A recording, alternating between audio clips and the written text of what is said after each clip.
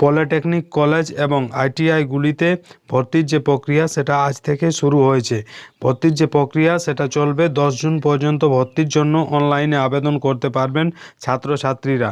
কোন ওয়েবসাইটে গিয়ে আইটিআই এবং পলিটেকনিকের জন্য আবেদন করতে পারবেন না। https://svtvw.in এই ওয়েবসাইটে ভিজিট করে যে পলিটেকনিক এবং আইটিআই ভর্তির যে অনলাইন আবেদন সেটা করতে পারবেন। আইটিআইতে ছেলেদের জন্য ভর্তির ফি লাগবে 200 টাকা এবং মেয়েদের জন্য লাগবে 100 টাকা।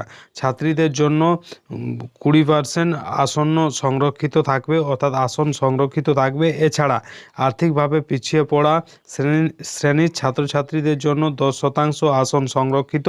পলিটেকনিকে ছাত্রদের ভর্তির ফি 450 টাকা এবং কন্যাশ্রী প্রকল্পে নাম নথিভুক্ত থাকলে ছাত্রীদের আবেদনের ফি 225 টাকা।